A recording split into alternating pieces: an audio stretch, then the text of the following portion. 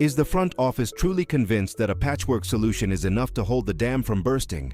Or are we witnessing a dangerous game of Russian roulette with the starting rotation before the season even begins? Welcome back to the channel, everyone.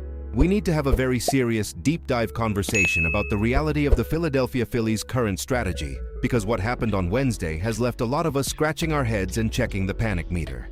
We all know the narrative. This team is built to win now.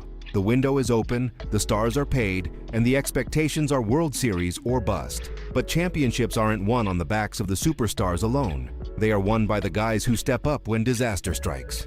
And right now, the Phillies are trying to plug a potential leak with a bandage that might not stick. The news broke via Steve Potter that the Phillies have signed right-hander Connor Gillispie to a minor league deal. Now I can hear some of you saying, relax, it's just a depth move. It's a minor league deal, it doesn't hurt the cap. And while that is technically true, we have to look at the context of why this move is happening right now. We are already dealing with the harsh reality that our ace, Zack Wheeler, will not be ready for opening day. That immediately removes the safety blanket from this rotation. When your number one guy goes down, everyone else has to slide up a slot, and the pressure on the depth becomes immense. By bringing in Gillispie, the Phillies are signaling that they are scouring the absolute bottom of the free agent pool to find bodies. This isn't a move made from a position of strength. It feels like a move made from a position of scarcity.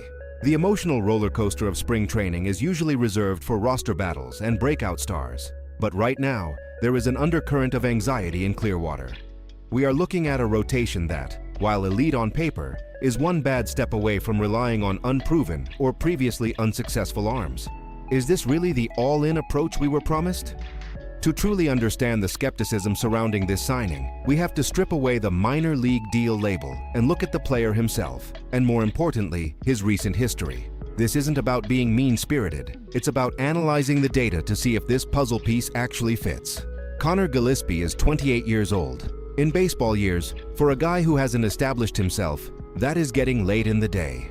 He was a 9th-round pick by the Orioles back in 2019, and since then, he has been a journeyman in the truest sense of the word. The Phillies are now his 4th organization in a very short span. That kind of movement usually tells a story. It tells us that multiple pitching coaches and front offices took a look, tried to tweak the mechanics, tried to unlock the potential, and ultimately decided to move on. Let's look at the 2025 season, because that is the most relevant sample size we have. He started the year in the Miami Marlins rotation. Now Miami is a place where young pitchers often go to thrive because there is less pressure, but Gillispie imploded. In 6 starts, he posted an 8.65 ERA and a whip of 1.65. For those who aren't stat heads, a whip, walks plus hits per inning pitched, of 1.65 is disastrous. It means there are constantly runners on base, constantly traffic, and constant stress on the defense. He was walking guys, he wasn't missing bats, and he was eventually designated for assignment. He then went to the Minnesota Twins organization, and things somehow got worse in AAA St. Paul, where his ERA skyrocketed to 14.49 before an injury ended his season. The only glimmer of hope, and perhaps the only reason the Phillies made this call, was a very brief 8-inning stint with the Cleveland Guardians in 2024, where he had a 2.25 ERA. But relying on 8 innings of relief work from 2 years ago to justify rotation depth in 2026? That is a massive leap of faith. It suggests the Phillies scouts believe they see a mechanical flaw they can fix that the Marlins and Twins missed. It's the classic "we are smarter than them" arrogance that can sometimes pay off, but often leads to frustration when the player takes the mound in a real game. This signing forces us to zoom out and look at the broader market and the internal politics of the Phillies' roster construction. Why are we settling for Gillispie? The answer lies in the perception of the Phillies' rotation spots. We saw a guy like Walker Buehler, a proven winner with a high ceiling, sign a minor league deal with the San Diego Padres. Why didn't he come to Philly? Because in San Diego he sees a clear open lane to be a starter on opening day. In Philadelphia, despite the Wheeler injury, the door is perceived to be shut. The front office is stubbornly committed to the idea that the rotation is set with Aaron Nola, Ranger Suarez, Christopher Sanchez, the veteran Taijuan Walker, and the golden boy prospect, Andrew Painter. But let's be real for a second. How set is that back end? We are putting an immense amount of trust in Taijuan Walker, who struggled mightily with velocity and command last season, and Andrew Painter, who hasn't pitched in a major league game in years due to surgery. If Walker falters, or if Painter needs to be shut down for load management, who is next? The drop-off is precipitous. We are talking about 40-man roster options like Yoniel Curet, Alan Rangel, or Jean Cabrera. These are young arms, unproven in the fires of a National League East pennant race. The gap between a healthy Zack Wheeler and a waiver wire pickup like Gillispie is the Grand Canyon. By not aggressively pursuing a higher-tier depth piece, someone like a Bueller or a veteran innings eater, Dave Dombrowski is betting the house that his Plan A will work perfectly. And in sports, Plan A almost never survives first contact with the enemy. The addition of Gillispie, along with non-roster invitees like Bryce Wilson and Tucker Davidson, feels like throwing spaghetti at the wall and hoping something sticks. It doesn't scream championship depth, it screams emergency contingency. And for a fan base that pays top dollar to watch a contender, that is a worrying signal to send during spring training. So, what is the verdict on this move?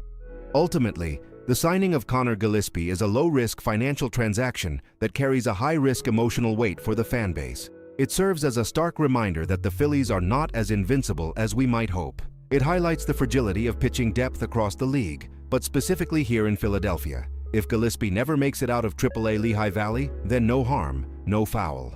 But if we see him starting a game in June against the Atlanta Braves or the Los Angeles Dodgers, it means something has gone terribly wrong with the primary plan. It means the gamble on Walker and Painter didn't pay off, and the team was caught flat-footed without a viable backup plan. This is the time of year for optimism, but it is also the time for realism.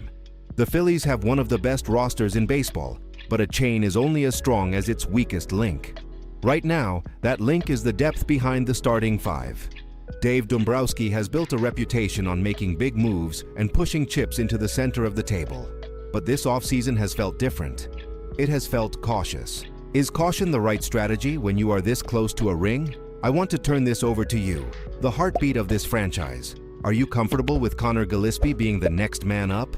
Do you have faith that Andrew Painter can step in immediately and dominate? Or should the Phillies have been more aggressive in the free agent market? Let's get a heated debate going in the comments section below. I read every single one of them. Make sure you smash that like button if you want the Phillies to wake up and solidify this roster, and subscribe so you never miss a breaking update. The road to October starts now, and we are going to scrutinize every single step.